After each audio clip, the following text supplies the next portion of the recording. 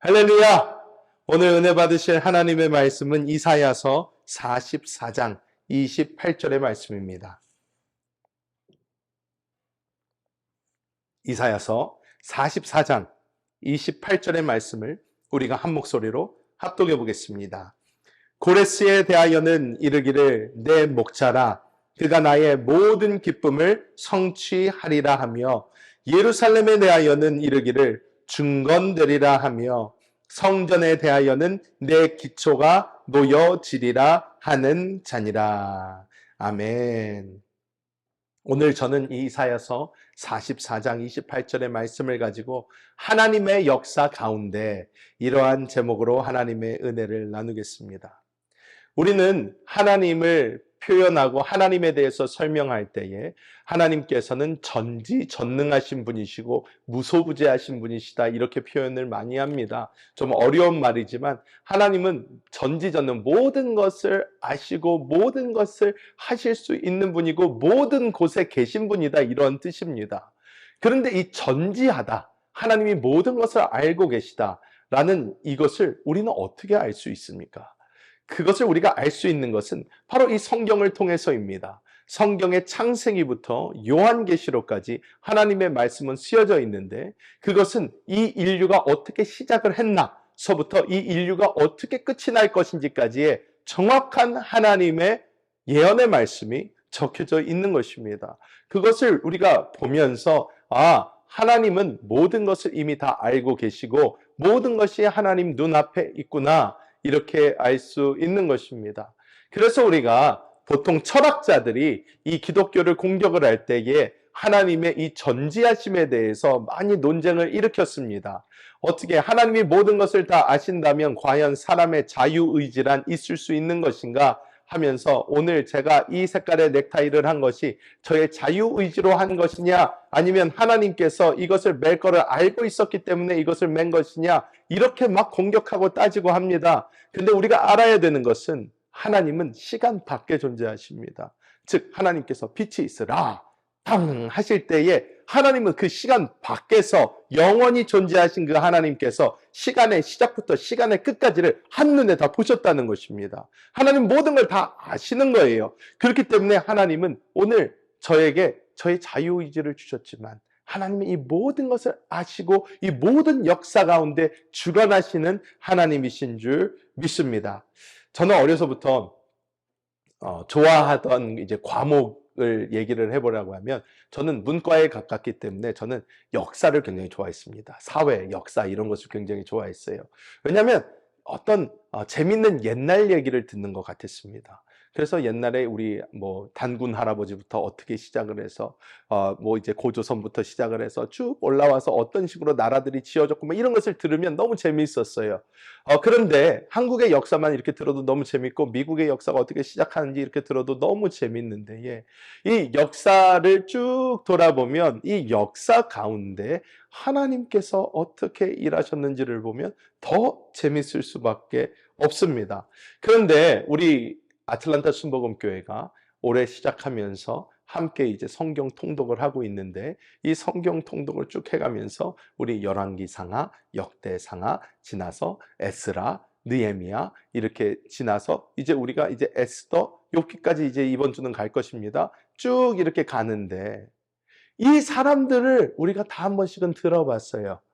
다니엘도 들어보고 에스라도 들어보고 느헤미야도 들어보고 다 들어본 사람들입니다. 근데 이 사람들을 이렇게 역사의 시간을 쫙 펼쳐놓고 어느 시대에 어떤 사람이 어떻게 있었냐 한번 넣어보세요 그러면 그거를 할 수 있는 크리스천들은 생각보다 많지 않습니다. 다 헷갈려요. 이 사람이 언제 사람이지? 이 사람이 어떻게 되는 거지? 이스라엘이 언제 어떤 식으로 멸망됐지? 잘 머릿속에 남지가 않습니다. 근데 이제 저는 이걸 좋아하니까 여러분에게 잠깐 이것을 함께 나누면서 지나가면요. 이스라엘은 먼저 솔로몬 왕조로 이제 솔로몬이 하나님께 잘 지혜를 받고 모든 것을 받아 잘 다스리다가 끝에 가서 너무 많은 아내들을 얻고 또 우상들을 받아들이기 시작하면서 이스라엘이 완전히 멸망의 길로 이제 나갑니다. 그래서 솔로몬 왕조가 끝나자마자 이스라엘이 두 갈래로 쫙 하고 갈라집니다. 그래서 북이스라엘과 남유다 이렇게 해서 쭉 나뉩니다. 이렇게 나뉘죠. 이렇게 나뉘어서 어떻게 됩니까? 이 북이스라엘 남유다가 이렇게 나뉘어져서 이렇게 따로 갑니다. 따로 가는데 북이스라엘이 먼저 망합니다. 이스라엘이 먼저 망해요. 언제 망합니까? 이 아시리아로 인해서 망하게 됩니다. 아수르가 그 당시 주전 722년에 아시리아가 쳐들어옵니다. 쳐들어와서 이스라엘을 완전히 멸망시켜버려요. 완전히 멸망시켜버린 다음에 그 탄력을 받아가지고 어떻습니까? 바로 붙어 있잖아요. 그러니까 야 우리가 유다까지 그냥 먹어버리자. 그래서 군대를 이끌고 그 대군을 이끌고 쫙 가는데 그 당시에 남유다의 왕이 누구였냐? 이 왕이 히스기야였어요. 우리가 잘 아는 히스기야. 히스기야 왜 유명하죠? 죽을 날이 다 갖고 왔는데 하나님한테 기도하죠. 하나님 조금만 더 살게 해주세요. 그럴 때 하나님이 그 수명을 연장시켜 줍니다. 해를 갖다가 탁탁 옮겨가면서 하나님이 히스기야의 수명을 연장시켜 줬다. 우리가 잘 아는 말씀이지 않습니까? 이 히스기야가 그 당시의 왕이었어요. 그래서 그 당시 히스기야가 하나님을 잘 섬기는 왕이었으니까 하나님께 매달립니다. 하나님 우리 살려주세요. 지금 이스라엘 멸망시키고 이 아수르가 쳐들어옵니다. 그랬더니 하나님께서 어떻게 해요? 막아주세요. 그걸. 그래서 막아주셔서 히스기야가 이 백성들이 이 하나님께서 다 싸우셔서 그 사람들이 이제 아수르가 완전 패망해가 돌아가죠. 그래서 이 히스기야가 이 남유다를 136년간 더 지속을 할 수 있었어요. 이 유다가 더 지속이 됩니다. 그런데 586년, 주전 586년에 누가 쳐들어오냐면 바벨론이 쳐들어옵니다.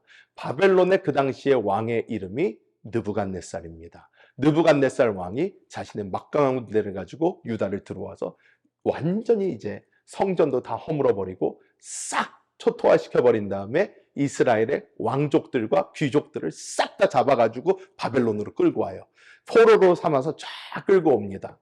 그런데 이 멋있던 바벨론, 우리가 잘 아는 아직까지도 바벨론 하는데 이 바벨론이 주전 539년에 메대라는 나라가 와서 완전히 멸망시켜 버립니다. 그러니까 다니엘 환상 보잖아요. 머리는 금으로 만들었고 거기서 나오는 대로 그대로 돼요. 그래서 메대가 쳐들어와서 바벨론을 멸망시켜 버리고요. 그 메대가 오래 갈 줄 알았는데 딱 10년 만에 주전 529년에 페르시아가 쳐들어와요. 페르시아가 쳐들어와서 메대를 멸망시켜 버려요. 그래서 페르시아까지 이렇게 역사가 가게 됩니다. 자, 이게 역사예요. 이게 역사인데 여기에서 우리가 잘 아는 하나님의 사람들이 어디에 나오나?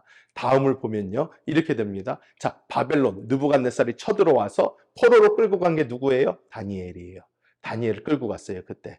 바벨론이 끌고 가죠. 그래서 그때에 다니엘과 새 친구 이야기가 그때 나오는 거예요. 느부갓네살이 자기의 신상 세워놓고 여기 앉으라면 풀무불에 넣어버린다. 이게 여기 나오는 것입니다. 이 사이에, 바벨론과 메대 사이에 나오는 거예요. 그래서 바벨론의 메대로 인해서 멸망당하고 나서 다니엘이 메대 때 총리가 됩니다.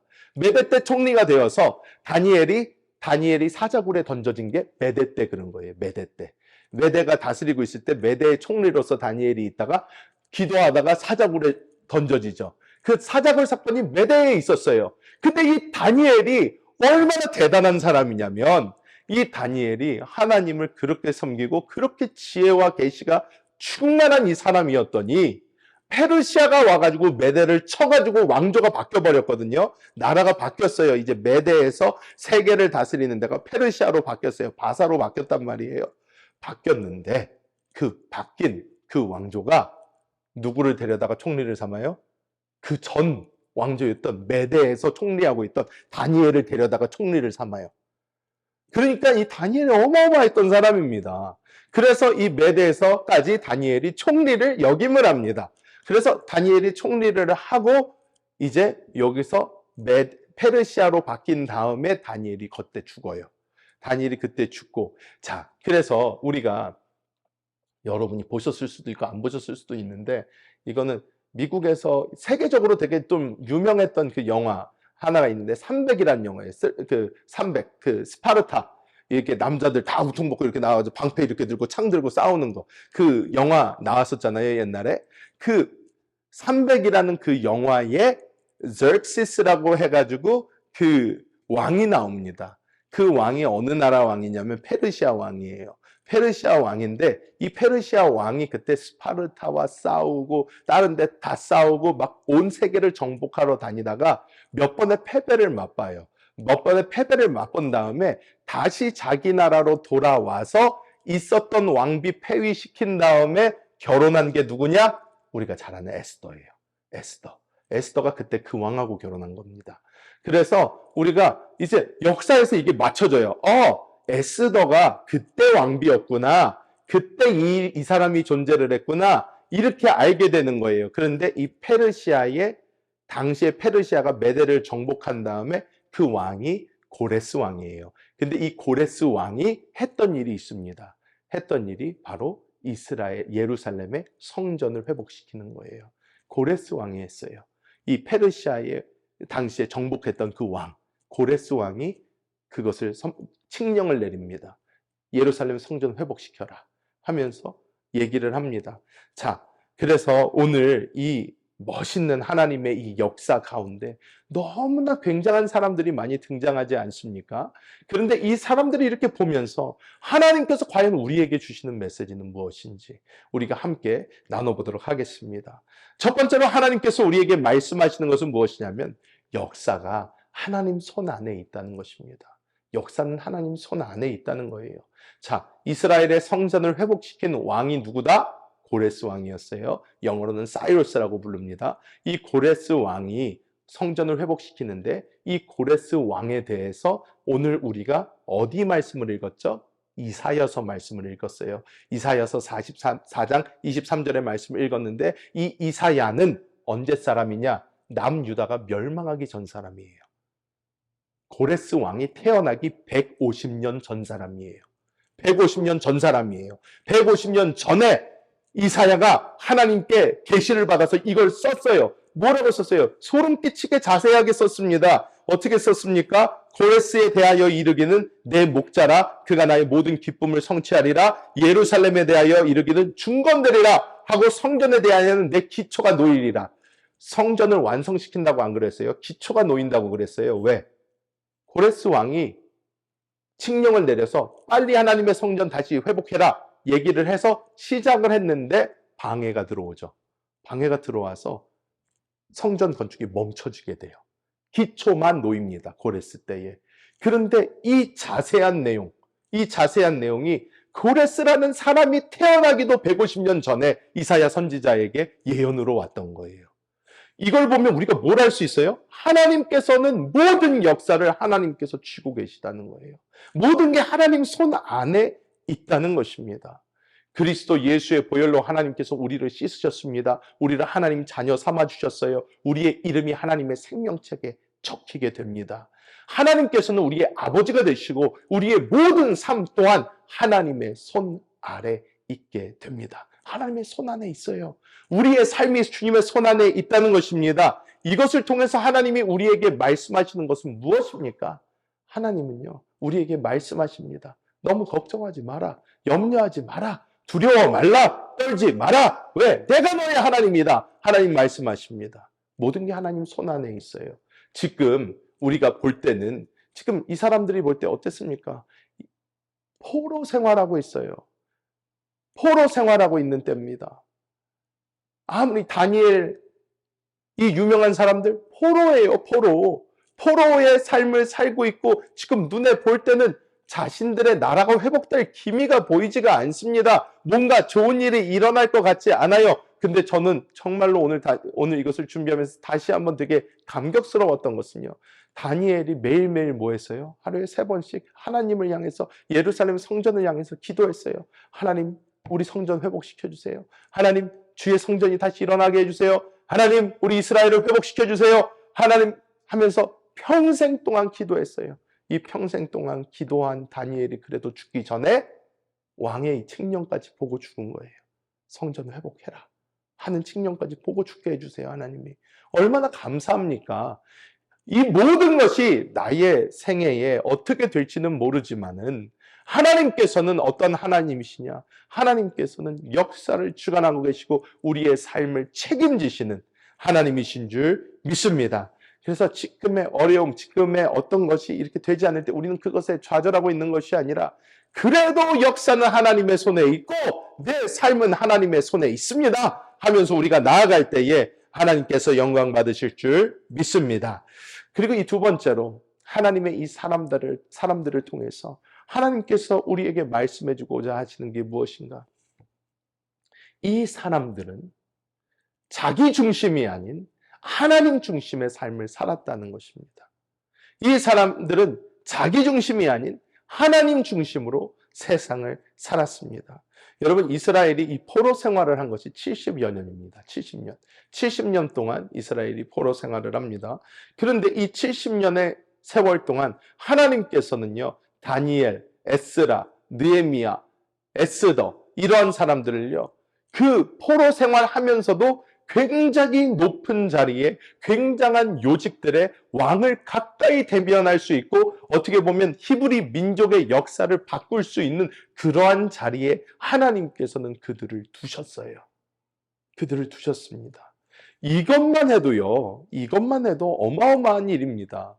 메대와 페르시아의 두 다른 나라의 총리를 여기만 다니엘을 봐도 그렇고 느헤미야는 술관원이라는 것은요, 최고 왕이랑 가장 가까이 지내는 사람이에요. 왕하고 맨날 쳐다보고 맨날 얘기하고, 술관원이라는 것은 왕이 전적으로 믿는 사람이에요. 이것은 무엇이냐면 당시에 왕한테 가져갈 그런 음식 같은 것을 이 느헤미야가 다 관리했다는 것입니다. 즉 당시의 왕들은 암살을 늘 조심해야 돼요. 늘 언제 죽을지 모르잖아요. 언제 쿠데타가 일어날지 모르고. 근데 이 왕 가장 가까이에서 이 왕이 먹을 거를 관리하고 왕에게 바로 갖다 주는 사람이 이 느헤미야예요.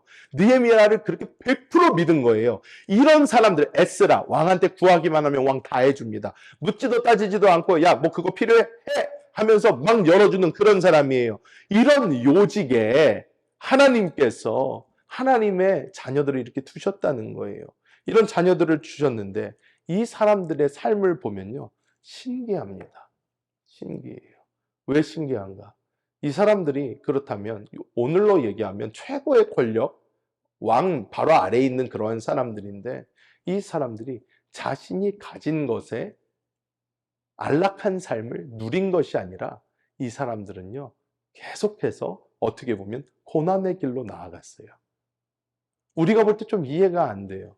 다니엘 보십시오. 총리를 두 나라에서 한 사람입니다. 어마어마한 사람이에요. 편하게 살 수 있어요. 그냥 자기 나라는 벌써 망했어요. 바벨론에 의해서 망해버렸고, 자기 나라를 망하게 한 그 나라도 망해버렸고, 그 다음 나라도 망해버렸고, 이제 자기는 페르시아에 있단 말이에요. 그런데 뭐가 그렇게 중하겠어요, 이 사람한테. 그런데 이 다니엘은요, 그래도 나라가 어찌 되든 자기의 안위가 어찌 되든 자기 상관없이 하루에 3번 하나님을 향해서 매달리면서 이 사람이 구하는 것 딱 하나밖에 없습니다. 하나님, 우리 나라, 우리 민족, 하나님의 나라, 하나님의 민족 잊지 마시고 회복시켜 주세요.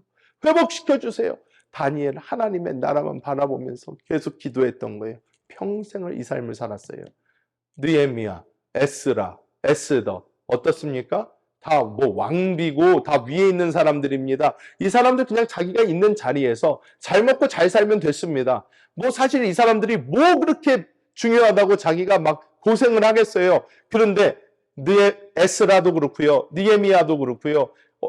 어떻습니까? 지금 성전이, 느헤미야 같은 경우는 성전 지어졌대요. 성전 지어져서 좋은데, 그런데 그 성전을 지켜주는 예루살렘에 성벽이 없어가지고, 성벽이 없어서 계속 이게 완전 무주공산처럼 이렇게 돼 있는 거예요. 그러니까 이 얘기를 들은 느헤미야는요, 바로 금식하면서 기도해 버립니다.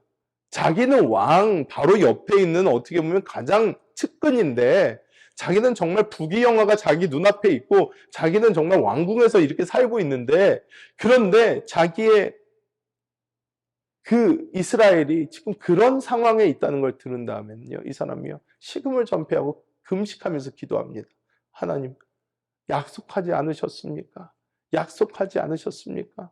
우리가 주님을 떠나서 이렇게 심판받는 것까지는 오케이, 알겠는데, 다시 하나님께 돌이키는 사람들이 있으면 하나님 회복시켜 주신다고 약속하지 않으셨습니까? 하나님 도와주세요 하면서 기도하면서 이것이 너무나 확연하게 드러나니까 왕이 보니까 느헤미야 이상한 거예요. 이 사람 왕을 바로 옆에서 모시는 사람이고 왕하고 같이 어떻게 보면 밥을 먹는 사람이다 보니까 왕이 볼 때 이 느헤미야를 너무 잘 아는데 자기 그렇게 믿고 아끼는 사람인데 얼굴을 보니까 얼굴이 말이 아닌 거예요. 야, 너 얼굴이 왜 이러냐? 너 무슨 일이냐? 그 당시만 해도 왕 절대 권력이지 않습니까? 야, 너가 내 앞에서 나 밥 먹는데 왜 내 밥맛 떨어지게 해? 죽어! 그럼 그 당시에 죽는 거예요. 그냥 죽는 거예요. 에스더 왕비인데도 어떻게 해요? 왕이 부르지 않았는데 막 나갔다가 죽입니다, 그냥. 그러니까 에스더도 겁냈어요. 그 당시에 왕은요, 신과 같은 그런 존재란 말이에요. 그런데 느헤미야가 어떻게 해요? 숨길 수가 없는 거예요. 내가 지금 이렇게 뭐 부귀영화 누리면 뭐하냐? 우리나라가 그렇게 됐는데. 하면서 하니까 왕이 하나님께서 은혜를 주시니까 느헤미야를 통해서 다시 성벽도 건축되고 다 하는 것입니다. 여러분, 하나님께서 우리를 하나님의 자녀로 부르셨어요. 각기 다른 자리에 두십니다. 뭐 지금 우리가 다 백악관에서 일하지 않고 지금 우리가 대단한 자리에 없을 수도 있습니다. 하지만 하나님께서 우리를 어디에 두셨든지 그리고 우리 주변에 어떤 사람들을 두셨든지 하나님께서는 우리를 통해서요, 하나님의 일을 하고 싶어 하세요. 하나님의 복음의 메시지가 전해지기 원하시고요. 하나님께서는 우리를 통해서 하나님의 역사를 이루기를 원하십니다. 하나님께서는 우리에게 말씀하십니다. 어디에 있든지, 어떤 상황에 있든지, 어떤 현실에 있든지 그곳에서 하나님께 사용받으라는 것입니다. 그곳에서 그 상황에 안주하고 만족하면서 이 정도면 좋습니다, 주님. 그냥 여기서 잘 지내다가 주님 만나면 좋겠습니다. 이런 게 아니라 주여, 나를 지금 이곳에 두신 것이 내가 주를 위해서 살라고 하신 건데 나는 주님의 나라를 바라보기 원합니다. 주를 위하여 나아가기 원합니다. 우리가 끝까지 이 마음을 가지고 갈 때 하나님께서는 우리를 통해서 하나님의 역사를 이루어 주실 줄 믿습니다. 자, 마지막으로 하나님께서 이 메시지를 통해서 우리에게 주시는 것은 무엇이냐? 먼저 그의 나라와 그의 의를 구하는 삶이 어떤 삶인지 정확하게 보여주십니다. 저도 이 말씀을 가지고 설교도 많이 하고요. 이 말씀을 많이 연구도 했습니다. 너희는 먼저 그의 나라와 그의 의를 구하라. 그리하면 이 모든 것을 너희에게 더하시리라. 예수님께서 직접 하신 말씀이에요. 근데 먼저 그의 나라와 의를 구하는 삶이 어떠한 삶인지 그 삶을 보여주는 사람이 성경에 어디 있는지 우리는 오늘 볼 수 있는 거예요. 다니엘, 느헤미야, 에스라, 에스더 이 사람들이요, 자기의 삶을 살지 않고요, 먼저 그의 나라와 의를 위해서 산 사람들이에요. 자기들이 지금 잘 먹고 잘 살 수 있는 환경에 있음에도 불구하고 자신들은 하나님의 나라의 회복을 위해서 자신들의 몸을 내던집니다. 자신들의 그 자리를 내어 던집니다. 주의 뜻이 이루어지는 것이 더 맞습니다 하면서 던진다는 것입니다. 여러분, 우리가 이렇게 생각할 수 있어요. 뭐냐면 다 좋은데, 그래요, 맞습니다, 그렇게 해야 되는데 목사님, 우리의 지금 현실의 삶이 얼마나 어려운지 아십니까? 알죠. 현실의 삶 어렵습니다. 쉽지 않아요. 녹록지도 않습니다. 가만히 있는다고 하늘에서 떡이 딱딱딱딱 떨어지지 않습니다. 정말로 이 미국 생활 얼마나 힘듭니까?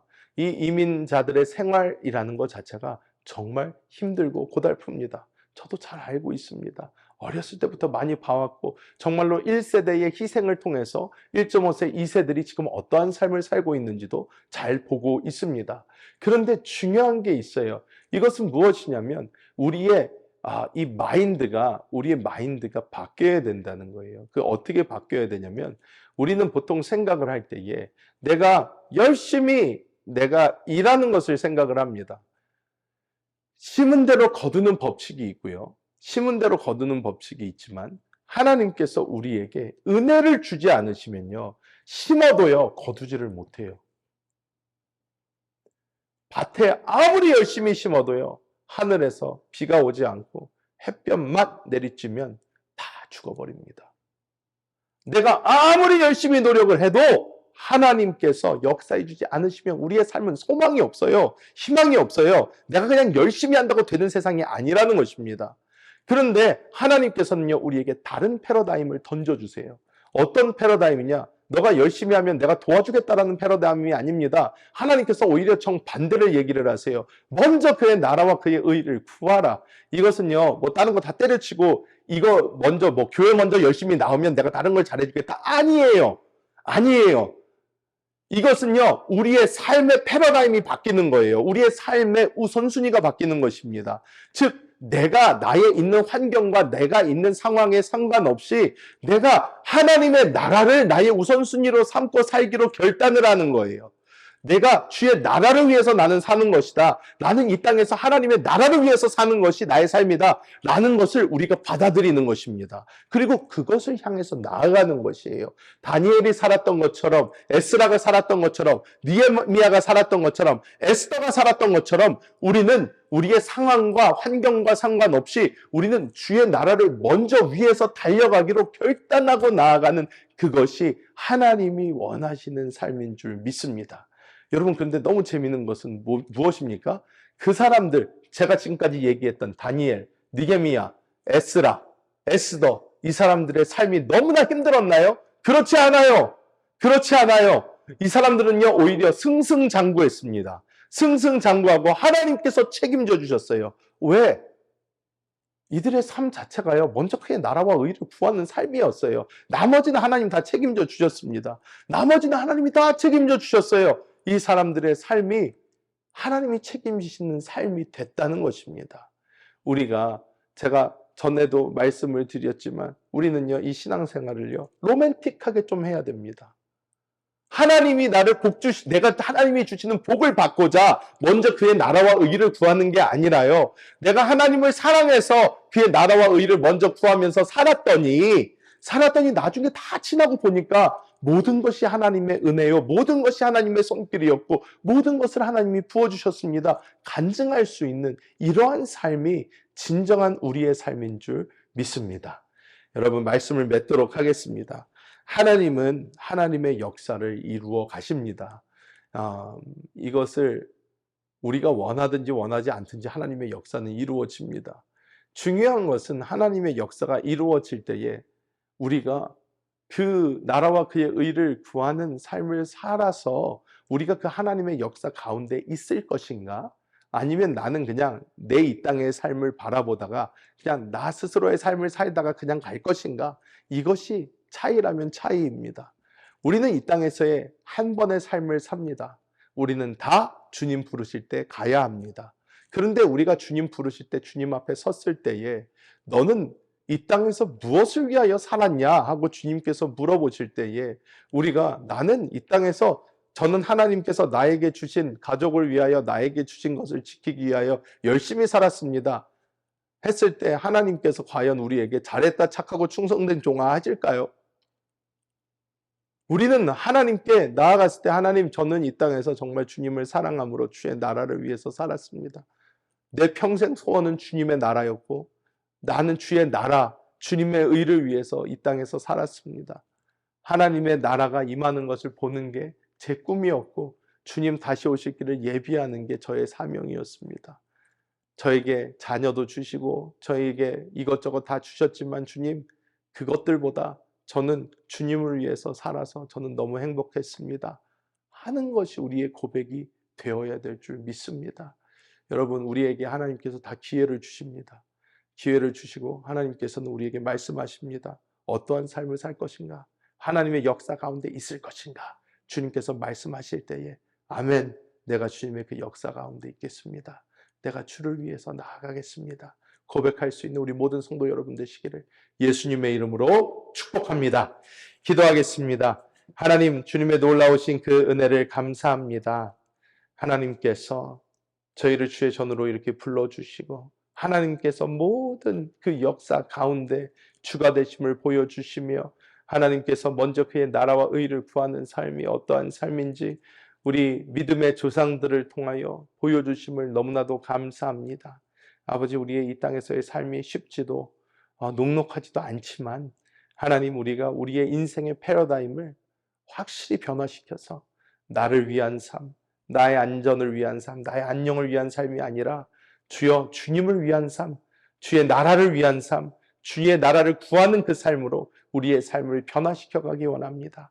주여, 그래서 주님이 책임지시는, 처음부터 끝까지 주님께서 이루어 주시는 놀라운 기적의 삶 살게 하여 주시고, 우리를 통하여 주님 다시 오실 길이 예비되며 하나님의 놀라운 역사가 나타날 수 있도록 주여 도와 주시옵소서. 오늘도 우리와 함께 하신 우리 주 예수님의 이름으로 축복하며 간절히 기도하옵나이다. 아멘.